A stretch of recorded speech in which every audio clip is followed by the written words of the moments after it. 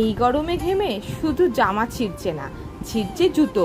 তাই আমরা ঝটপট পৌঁছে গেলাম সিলেদার্সে, ধর্মতলার যে সিলেদার্স সেখানে। জুতো দেখতে গিয়ে প্রচুর কালেকশন, নানা রকম জুতো পছন্দ হচ্ছিল। তো তোমাদেরকেও আজকে আমাদের সাথে নিয়ে যাব সিলেদার্সে। তো সিলেদার্সে বুঝি না, এত সেল হয় তবু হোর্ডিংটা কেন ঠিক করে না। হ্যাঁ, জুতো দেখতে গিয়ে সিলেদার্সে ব্যাগ দেখবো না তা কখনো হয়? ব্যাগ দেখতে গিয়ে অর্ধেক টাইম চলে গেল।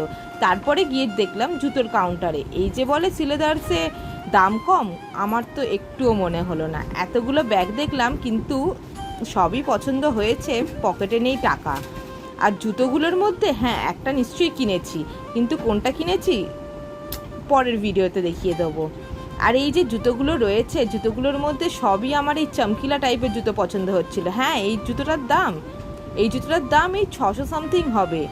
প্রত্যেকটা জুতোর দামই খানিকটা বেশিই লেগেছে আমার।